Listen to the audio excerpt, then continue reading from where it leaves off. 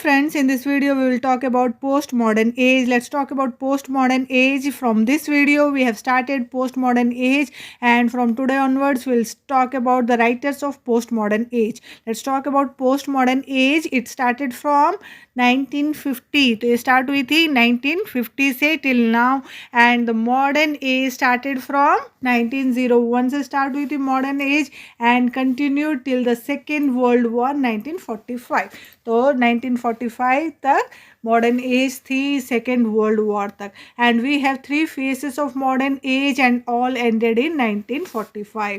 जैसे कि हमने देखा कि मॉडर्न एज बहुत ज़्यादा बड़ी थी, and we have completed all the three phases of modern age and all ended in 1945.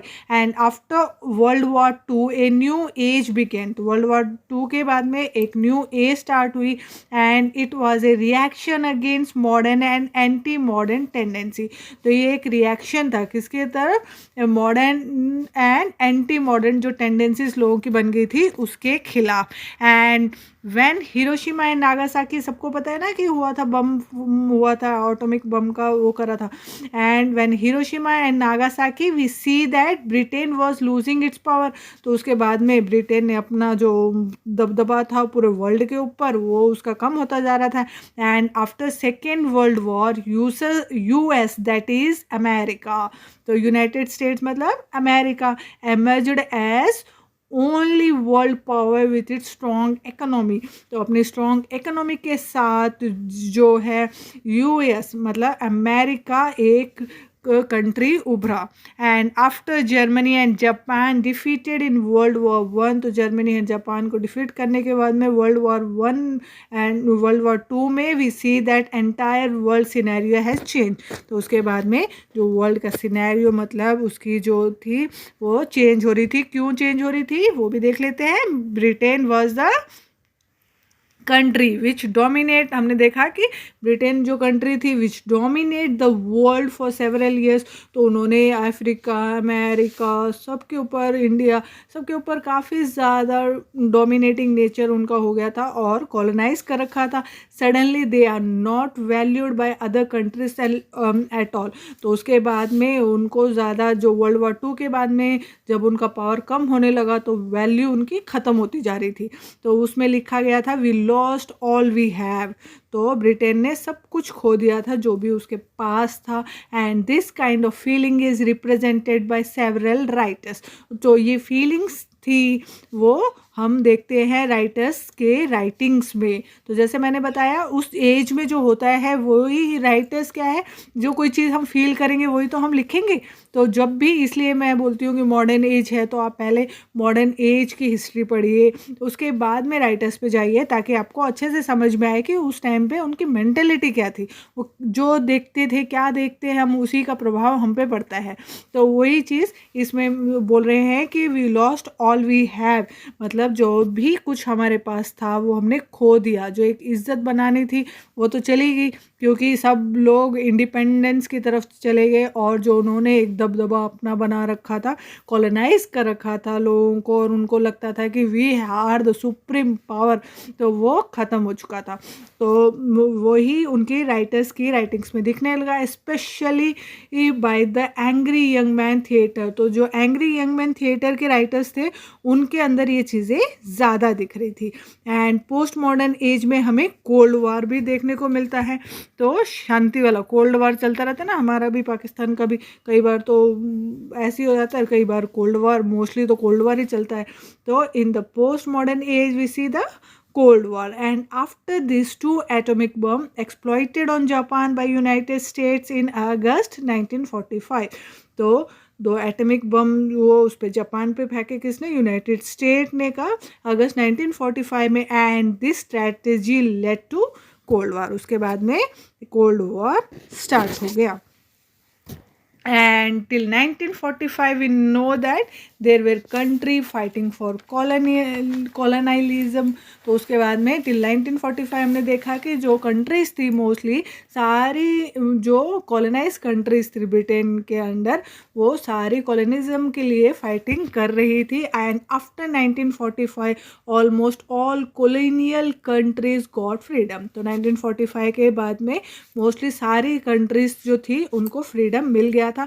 And after 1945 to period के. तो 1945 के बाद में दो पीरियड्स आए. वो क्या है? Post modern period and post colonial period. Post modern period and post colonial period. And in this period A theatre act was passed in 1968. तो इस पीरियड में ए थिएटर एक्ट पास हुआ. कब हुआ? 1968 में. And in this theatre act abolish censorship of stage. तो इसमें क्या किया? जो सेंसरशिप थी जो स्टेज की वो ख़त्म कर दी गई in United Kingdom. And this act was passed by both the houses. तो upper house and lower house दोनों ही हाउसेस ने ये पास कर दिया कब? 1968 में. And it is after this act theatre blooming up in Britain. और उस एक्ट के बाद में ही थिएटर्स उभरे थे. कब? ब्रिटेन में. And till restoration age theatre is good. तो रेस्टोरेशन एज तक हमने देखा कि ठीक है, ठीक ठीक चल रहा था थिएटर्स का काम रेस्टोरेशन एज तक. And we have Jacobean theatres वहाँ पे शुरू थे. And then theatre ban in 1642. तो थिएटर कब बैन हुए? 1642 में थिएटर बैन हो गए थे. And again reopen in 1660. तो मिल्टन एज के टाइम पे अगेन फिर से 1660 में रीओपन हुए. And then there is a period of restoration theatre. उसके बाद में कौन सा पीरियड आया? रेस्टोरेशन थिएटर का पीरियड आया. Then the theatres was again ban. उसके बाद में फिर से बैन हुए. And after licensing act of 1737 जो प्रोज वर्क्स के. तो ये लाइसेंसिंग एक्ट के बाद में क्या आया? प्रोज वर्क्स आए. And theatres are closed. And again there is a changes in theatre act. तो उसके बाद में फिर से थिएटर बंद हो गए. और उसके बाद में फिर से चेंजेस आए किसमें? थिएटर एक्ट में. थिएटर एक्ट में फिर से चेंजेस आए. And came the theatres are closed. And again there is a changes in theatre act. And again theatre act was passed in 1843. उसके बाद में फिर से थिएटर एक्ट पास हुआ 1843 में. तो इसी टाइप से चलता रहा. अपार्ट फ्रॉम ऑस्कर वाइल्ड, जो ऑस्कर वाइल्ड राइटर है, there is no other play writers which you can in a period of 200 years, which you can see in a period of 200 years from 1700 to 1900 because of the licensing act. और इसी licensing act के वजह से हम इस time पे theatres बार बार बंद हो बार बार खुल रहे थे तो उसमें हमें देखने को नहीं मिले. And there is a office called Lord Chamberlain office. तो एक ऑफिस खुला जिसका नाम था Lord Chamberlain office. And it is a part of royal team. तो इसमें क्या है? ये रॉयल टीम का पार्ट था. And in this they have to read the script and decide whether they have to play to be perform और not. तो ये क्या करते थे? देखते थे कि अरे ये प्ले काम का है, परफॉर्म करने लायक है कि नहीं है, इसको करने दें कि नहीं करने.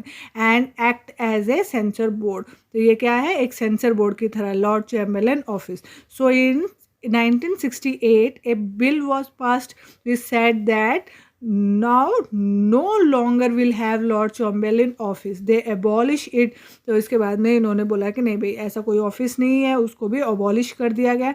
And allow theatres to publish free. तो उन्होंने बोल दिया कि तुम्हारी मर्जी से तुम कैसे भी पब्लिश करो अपना वर्क, कोई दिक्कत नहीं है. एंड 5 इम्पॉर्टेंट इवेंट्स देख लेते हैं इस टाइम पे पोस्ट मॉडर्न एज के टाइम पे. फर्स्ट क्या हुआ था? How post modernism and post colonialism came. तो पोस्ट मॉडर्निज्म और पोस्ट कॉलोनियलिज्म कैसे आया? मॉडर्निज्म, पोस्ट मॉडर्निज्म का मतलब मॉडर्निज्म के बाद में, पोस्ट कॉलोनियलिज्म का मतलब है कॉलोनियलिज्म के बाद में. एंड यूएस जो अमेरिका है emerged as a world power. तो इसमें वर्ल्ड पावर की तरह उभरा. कोल्ड वॉर स्टार्टेड हुए after 1945. Lord Chamberlain office was abolish. तो लॉर्ड चैम्बरलेन ऑफिस था उसको अबॉलिश कर दिया गया. People can write without fear of censorship. तो बिना किसी डर के लोग अब लिख सकते थे अपनी राइटिंग्स, अपने विचार प्रकट कर सकते थे। एंड लिटरेरी मूवमेंट केम, और उसके बाद में क्या हुआ, लिटरेरी मूवमेंट आई। अब क्या हुआ उसके बाद में, कैरेक्टरिस्टिक्स देख लेते हैं हम पोस्ट मॉडर्न एज के। तो फर्स्ट कैरेक्टरिस्टिक्स है जो उनकी राइटिंग्स में हम देखते थे, वो क्या है, pastiche. Pastiche, it is taking up the idea from previous writer. तो इसका मतलब है कि प्रीवियस जो राइटर्स होते थे उनकी राइटिंग से आइडिया ले लेना कि कैसे उन्होंने लिखा, एंड प्रीवियस लिटरेरी स्टाइल, जो उनकी स्टाइल होती थी उससे आइडिया ले लेना कि कौन सी स्टाइल में लिख रहे हैं, and pasting them together to make a new style, और दोनों को मिला के कुछ नया बना के लिख देना, उसको पैस्टिज बोलते थे। नेक्स्ट है intertextuality. Intertextuality, and all the modern and post-modern writers have a lot of intertextuality। तो modern age में writers और post-modern age के काफ़ी ज़्यादा उनमें intertextuality थी in their words, and they are talking about the previous literary works। तो वो जो previous literary works जो लिखे गए थे उनके बारे में भी बहुत बात करते थे, and acknowledge them in their own literary work। और जो उनका वर्क होता था उसमें भी उनको एक्नॉलेज करते थे। One literary work is reference is given to another literary work. तो एक लिटरेरी वर्क का रेफरेंस वो दूसरे लिटरेरी वर्क में देते थे, इसीलिए क्या बोला इसको, इंटरटेक्चुअलिटी। उस वर्क का नाम इधर आना, इंटरटेक्चुअलिटी। ओके, तो इसे इसीलिए इंटरटेक्चुअलिटी। तो फर्स्ट पैसेज इसमें आए कैरेक्टरिस्टिक्स में, फिर इंटरटेक्चुअलिटी इसका कैरेक्टरिस्टिक्स है। The next is metafiction. Next is metafiction. Metafiction का मतलब है means art of writing, means art of writing about writer and making people aware about the fictional writing. तो कैसे लिखना है, क्या लिखना है, आर्ट उसका लिखने की कला, about writer and making people, लोगों को अवेयर करना अबाउट द फिक्शनल राइटिंग। तो फिक्शनल राइटिंग्स क्या होती है उसके ऊपर अवेयर करना। जैसे कि एग्जांपल देख लेते हैं, if you have read the poem thought fox. तो हमने थॉट फॉक्स तो पढ़ा था, थॉट फॉक्स बाय टेड हैगर्स। तो टेड हैगर्स ने लिखा था ना, because it was Huxley, and it talks about how a poet writes a poem. तो इसमें क्या लिखा गया है कि पोएट कैसे पोएम लिखता है उसके बारे में बताएगा। मेटाफिक्शन है ये कि भाई हाँ वो आ रहा है, तेंदुआ वो आ रहा है, ऐसे आ रहा है, वैसे आ रहा है। तो वो चीज़ें एक मेटाफिक्शन, वो एक टेबल पे बैठा है लेकिन इमेजिनरी वर्ल्ड में जा रहा है, तो उसके बारे में इसमें मेटाफिक्शन में बात करते हैं। The next is temporal distortion.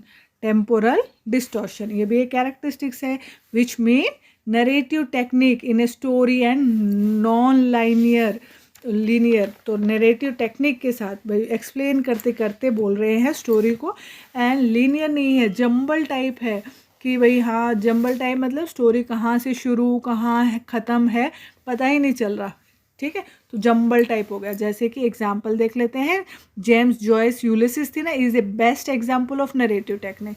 तो जेम्स जॉयस की जो यूलिसिस है वो बेस्ट एग्जाम्पल है किसका, नरेटिव टेक्निक का। कहीं ये डायलॉग की बात हो रही है और कहीं पे न्यूज़पेपर की हेडलाइन की तरह पूरा चैप्टर लिख दिया है उन्होंने, कहीं पे stream of consciousness is coming in.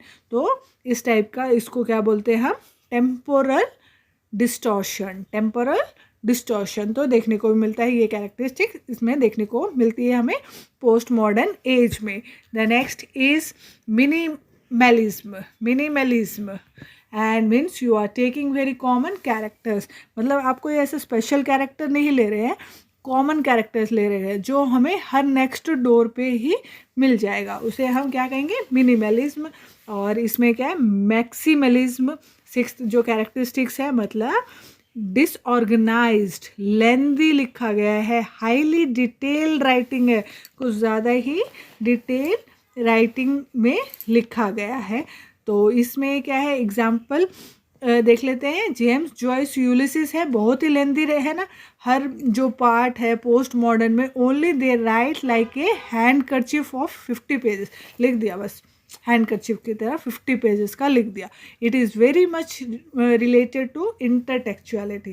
तो ये क्या है, बहुत ही मिलता जुलता सा है, मैक्सिमलिज्म किससे, इंटरटेक्चुअलिटी से मिलता जुलता है।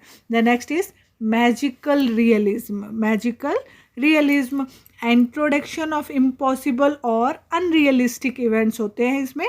क्या है? इंट्रोडक्शन ऑफ इम्पॉसिबल और unrealistic events into A narrative that is otherwise A realistic. तो इम्पॉसिबल जो अनरियलिस्टिक इवेंट्स हैं उनको ये नरेट करके ऐसे दिखाया जाता है जैसे रियलिस्टिक है। तो मैजिकल वर्ल्ड में ऐसे रियलिस्टिक लगने लग जाता है, तो उस टाइप का इसमें क्या बोलेंगे हम? Magical realism. तो ये कैरेक्टरिस्टिक्स है पोस्ट मॉडर्न एज की। The next is fiction, means mixing of actual historic events. तो मिक्स कर देते थे, एक्चुअल हिस्टोरिक इवेंट हुआ है उसको विथ फिक्शनल इवेंट्स। तो ऐसी फिक्शनल मतलब अपने काल्पनिक जो है वो उन्होंने घटना को मिक्स कर दिया। And the reader is unable to जज what is historic and what is fictional. और रीडर क्या है, समझ ही नहीं पा रहा भैया हिस्टोरिक क्या है इसमें, फिक्शनल क्या है। कभी ये हिस्टोरिक लग रहा है, कभी ऐसे काल्पनिक लग रहा है। मूवीज़ लगती है ना कहीं कहीं कि भाई हाँ उसके ऊपर बना तो दी, लेकिन हमें लगता ही नहीं कि भाई हाँ सच में वो बनी थी। तो उसी टाइप से। तो नेक्स्ट इज रीडर इन्वॉल्वमेंट। तो हमारा क्या इन्वॉल्वमेंट है उसको पढ़ने में। And in the post modern there is direct address to the reader. तो पोस्ट मॉडर्न एज में राइटर क्या कर रहे हैं? डायरेक्ट एड्रेस कर रहे हैं नरेशन के टाइम पे रीडर्स को। And there is a open acknowledgement दे रहे हैं that the story that we are talking is fictional. तो डायरेक्टली बता रहे हैं कि जो भी हम स्टोरी तुम्हें बता रहे हैं भैया वो फिक्शनल है, काल्पनिक है in nature, and in real life we don't do that. और रियल लाइफ में हम ऐसा है कुछ भी नहीं करते। अब हम जो भी सीरियल्स वगैरह देखते हैं, मूवी देखते हैं, तो उनमें आता है ना कि ये भाई जो भी घटना है सब काल्पनिक है, रियल वास्तव में इसका कोई भी किसी से रिलेशन नहीं है। तो उसको रीडर इन्वॉल्वमेंट, वो हमें इन्वॉल्व कर रहे हैं, बोल रहे हैं कि रीडर्स भाई ऐसा कुछ भी नहीं है, तो अपनी रियल लाइफ में ऐसा कुछ भी मत करना जो इसमें हो रहा है। All the events are fictional. तो ये इसको इसलिए बोलते हैं हम रीडर इन्वॉल्वमेंट। तो ये आज का हमारा था पोस्ट मॉडर्न एज। इसमें हमने कैरेक्टरिस्टिक्स कर लिए पोस्ट मॉडर्न एज के। तो आपको ये 9 कैरेक्टरिस्टिक्स याद रखने हैं पोस्ट मॉडर्न एज के। एंड द इवेंट्स जो वहाँ पे हुए थे उस टाइम पे, 5 इंपॉर्टेंट इवेंट्स जो चल रहे थे पोस्ट मॉडर्न एज में। And we have talked about कैसे कैसे ग्रोथ हुई पोस्ट मॉडर्न एज की, मॉडर्न एज में जो लिटरेरी मूवमेंट क्यों स्टार्ट हुई थी पोस्ट मॉडर्न एज में, तो वो हमने देखा इसमें। आपको मेरी वीडियोस अच्छी लगे तो प्लीज़ जल्दी से जल्दी चैनल को सब्सक्राइब कर लीजिए, लाइक कर लीजिए, और कोई डाउट हो तो कमेंट करें। प्लीज़ ज़्यादा से ज़्यादा अपने दोस्तों में, फ्रेंड सर्कल में वीडियोस ज़रूर शेयर करें। आज से हम पोस्ट मॉडर्न एज स्टार्ट कर रहे हैं। 2 दिन का टाइम इसीलिए लग गया क्योंकि टाइम इसमें जो बहुत ही लेंदी था, तो उसको पूरा शॉर्ट लिस्ट करके आपके पास लाना होता है, तो थोड़ा सा इसमें टाइम लग गया। कल की वीडियो में हम करेंगे अगाथा क्रिस्टी। तो कल की वीडियो में आप ज़रूर देखिएगा उनको। Agatha Christie one of the writer of post modern age. तो मेरी वीडियोस जल्दी से जल्दी लाइक कर लीजिए। इसके बाद में स्लाइड्स अपलोड होती है, तो स्लाइड्स को इग्नोर ना करें, एक एक स्लाइड को ज़रूर पढ़ें। टेलीग्राम ग्रुप को ज्वाइन कर लें, जो भी मटेरियल है वहीं मिलेगा। लेकिन मटेरियल के लिए मुझे 3-4 दिन की, 5-6 दिन की छुट्टी लेनी पड़ेगी यूट्यूब से, क्योंकि मैं टाइम लगेगा आपको मटेरियल अपलोडिंग व सारी चीज़ों में। मैं एक बार देखना चाह रही हूँ कि सारा प्रोसेस कैसे करना है, तो इसीलिए उसमें टाइम ही नहीं दे पा रही, क्योंकि इसमें बहुत ज़्यादा टाइम लग जाता है। तो इसीलिए तो जब भी मुझे लगेगा कि हाँ मुझको अपलोडिंग कर देनी चाहिए, तो मैं उस टाइम पे 1-2 दिन का ब्रेक लेके आपको सारा टेलीग्राम ग्रुप पे मटेरियल प्रोवाइड कर दूँगी। Thank you for watching. Please मेरी videos like, share and subscribe ज़रूर करें। Thank you for watching. Have a great day.